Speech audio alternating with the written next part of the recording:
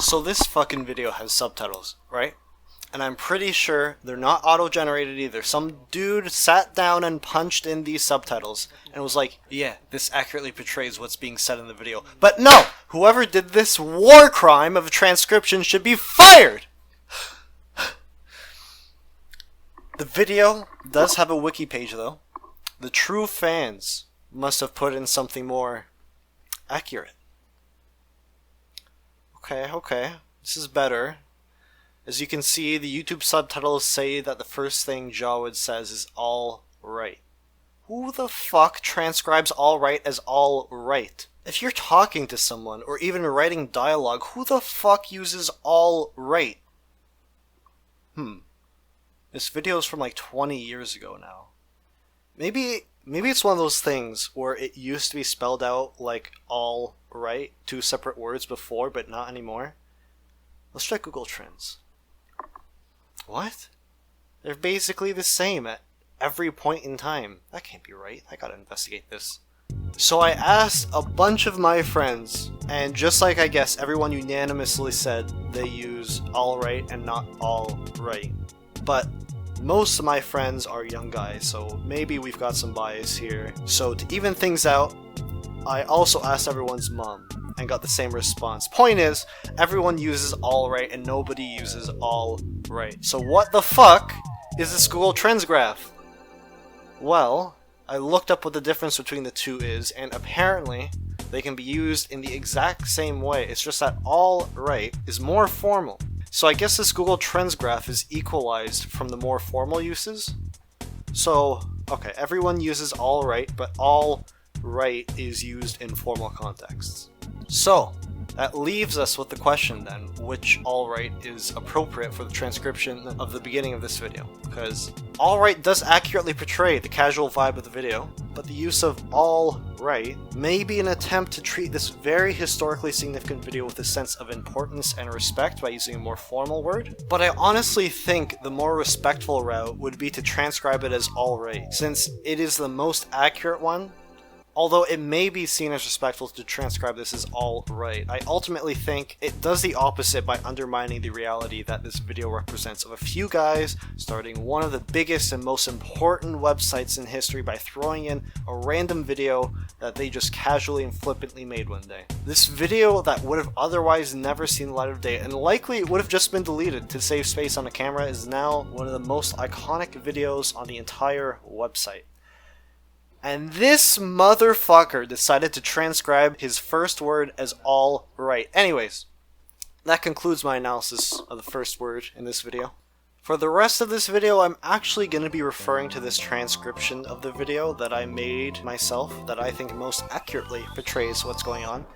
As you can see, it has been partitioned into a 3-act structure. Act 1 is giving context, Act 2 is the observation, and Act 3 is the resolution. A truly masterful work. One of the biggest things I thought to add that isn't present in the official transcripts is a description of what's happening in frame. This is mostly to make analysis easier for myself. Obviously, putting in what's happening on screen in subtitles is redundant information and just needlessly takes up space. I'm not at all saying that the original should have put this in, just what I'm doing for the purposes of this video. So, let's get analyzing. Before a single word is even spoken, we have a nice subtle nod to the camera in the beginning, probably reciprocating a similar motion that the cameraman presumably had just done as he pressed record on whatever device he's using to make this video. I think it does a great job of just starting the video right off the bat with a really nice and friendly vibe. I just like it. I think the rest of the video is just so much better for this first second of building the setting. At 1 second, Jawed says, alright, so here we are. Alright, so here we are. The interesting thing I find with this first statement is that it adds absolutely no necessary information. Even the first second with no spoken words communicates more information with that subtle nod leading us into this friendly atmosphere. But alright, so here we are adds nothing. But it's still like totally normal because in normal conversation we have a lot of little things we say that don't carry any meaning, but we still actively keep those little things in our speech despite the fact that we could be more efficient with our speech if we take those little things out. Like, take this for example. Like is completely a filler word. Take this is completely redundant. 4 is just a word that helps transition into the next word. And then finally you have example, which is the only word in this entire sentence that carries any meaning or any information with it. That what I'm about to show you is an example. I find it really interesting that we have these little extra bits in language. There's got to be some kind of reason for it, right? I mean, we naturally take unnecessary bits of speech out in slang, shortening because to cuz, shortening I'm going to I'm a, yet we keep in things like and alright, and so here we are. I mean, of course we are here. You don't need to point out the fact that we are here. Saying that is totally unnecessary. Why do you keep that in? Why doesn't English slangify sentences into single words said in the caveman grunt? I don't know. Quite frankly, I have no idea. Even the phrase quite frankly is completely unnecessary and redundant. Why is that in normal human speech? Why? Why, Jawed? Tell me, please! At second 2 and 3, the casually friendly vibes are continued as Jawed throws in a lovely as he gives us the viewers some actual useful information that we are indeed in front of the elephants. The use of the word the here is also important, subtly highlighting the importance of these elephants. They are the elephants, not some elephants I found, not in front of an elephant. In front of the elephants, indicating that these are likely the only elephants in the zoo. This also helps to emphasize that Jawed is taking a special interest in the elephants. Not at all brushing them aside, but purposefully bringing attention to them, perfectly setting up that they will be the main focus of the rest of the video. I find it really interesting how, in contrast to Seconds 1's astounding 5 entirely pointless words, we have one word here that alone carries so much implied meaning and context to the situation. The. Don't you find that fascinating? Anyways, that's the end of Act 1. We now know that we are in a zoo in front of the elephants with casual friendly vibes and our beloved host Jawed with his friendly cameraman. Now we enter Act 2. At second 4, Jawed is looking behind him at elephants. Now I'd like to pose a question. Before recording this, did Jawed know what he was going to say? Was this all pre-planned in his head? Because by looking toward the elephants here, I think it could either be one of two things. Either Jawed started this recording with no idea as to what to say, and he's now turning around to just comment on the first thing he sees, or he already knew what to say, and he's turning around as a way to both motion towards the thing he's talking about and also make sure that they're there so he doesn't do this whole thing while talking about and pointing to elephants that have since moved from the spot he's referring to.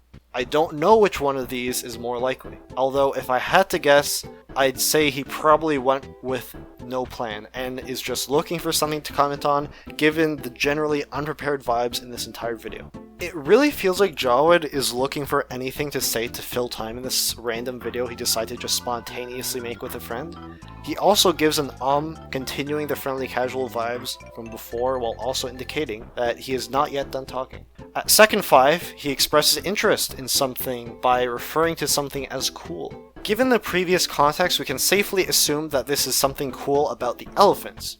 The use of the word cool as opposed to its many more formal synonyms again reinforces the casual friendly vibes. Second 6 is entirely filler words that are just here to help connect the meaning of the previous words to those at second 7. At second 7, we see something quite interesting. We see Jawed repeat a word for the first time. In fact, he doesn't only repeat one word, he repeats two. Is that from the last second is repeated in a stutter. This is one thing that contributes to my idea that Jawed had no plan as to what to say here and is just trying to fill in space. Words are typically repeated like this in speech when you aren't entirely sure what to say next and just need to fill in space. It serves the same purpose as something like or which also is yet another thing which consequently contributes to a more casual vibe. At second 8 and 9, we have the word really, which itself is a word meant to emphasize whatever comes next, repeated 3 times to super emphasize whatever comes next. This, combined with a brief pause after the first really builds anticipation for whatever Jawed is going to say next.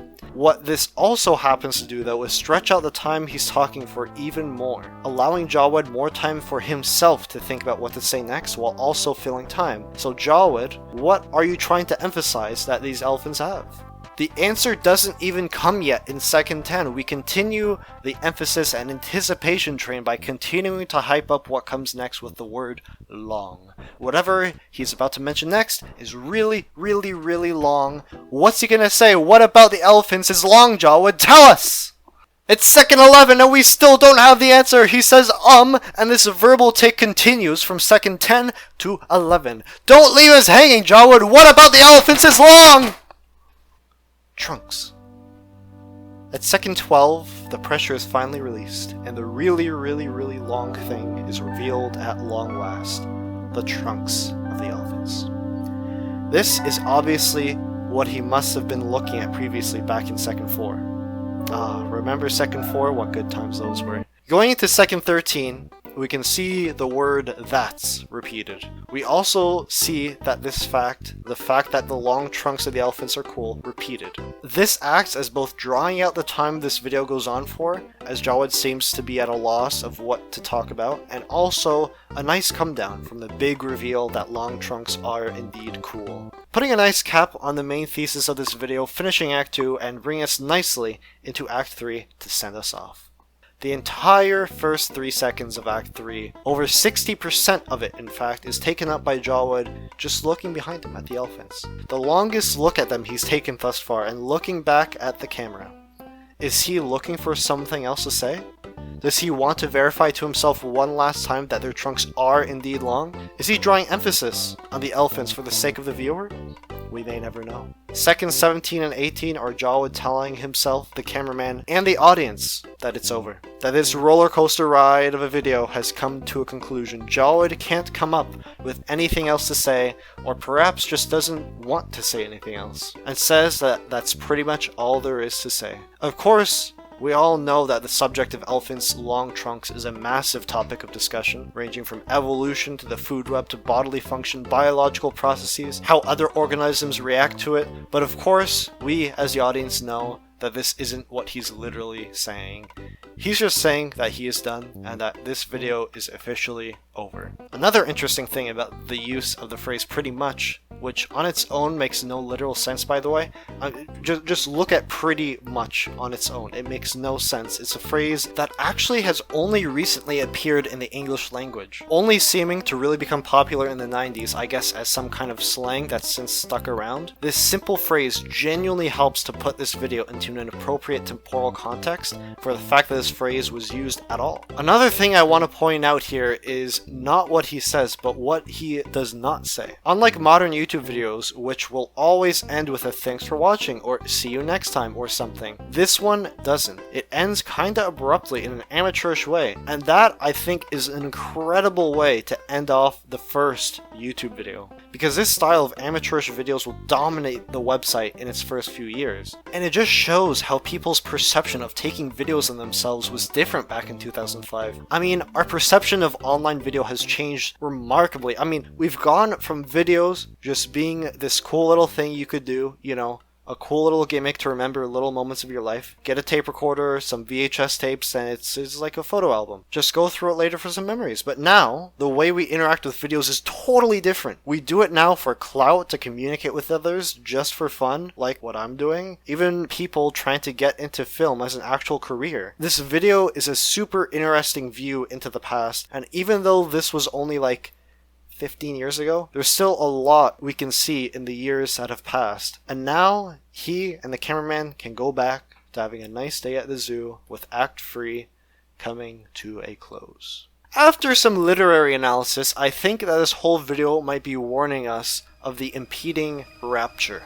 At the beginning, he says, "Here we are in front of the elephants." You know, in the Roman Empire, elephants were a symbol of insurmountable strength and power. This was solidified early on in Roman culture with the legendary war on Rome waged by Hannibal Barca. He famously rode his army and elephants through the Swiss Alps before terrorizing the Roman heartland for years, marching up and down the Italian peninsula, raining havoc upon all of Rome until he, I don't know, probably died of old age or some shit. This guy was fucking nuts. But point is, Elephants were seen as very, very powerful figures, above human strength in every way imaginable, much like a divine entity of some kind, wouldn't you say? Lots of early Christian art was associated with these Roman depictions of massive, powerful elephants, so basically, I think the elephants here represent God and his almighty rage. Next, he points out the really, and he emphasized how really long the elephant's trunks are. I think that this is a metaphor for God's hand, long, stretching as it influences things the world over.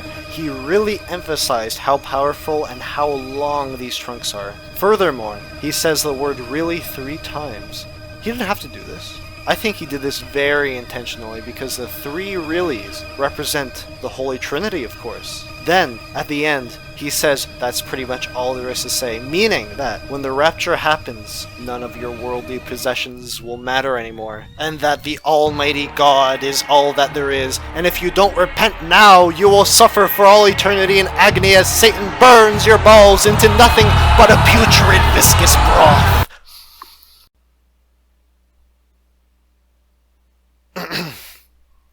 Anyway, that's the entire transcript. I obviously have a lot to talk about in terms of this video. I plan on making more videos on this video. I want to take a deep dive into every aspect of this video I possibly can. And I hope you enjoyed this very sane and very normal look into an 18-second long video. I hope it was at least a little interesting or funny. So, yeah, that's it for today. And that's pretty much all there is to say.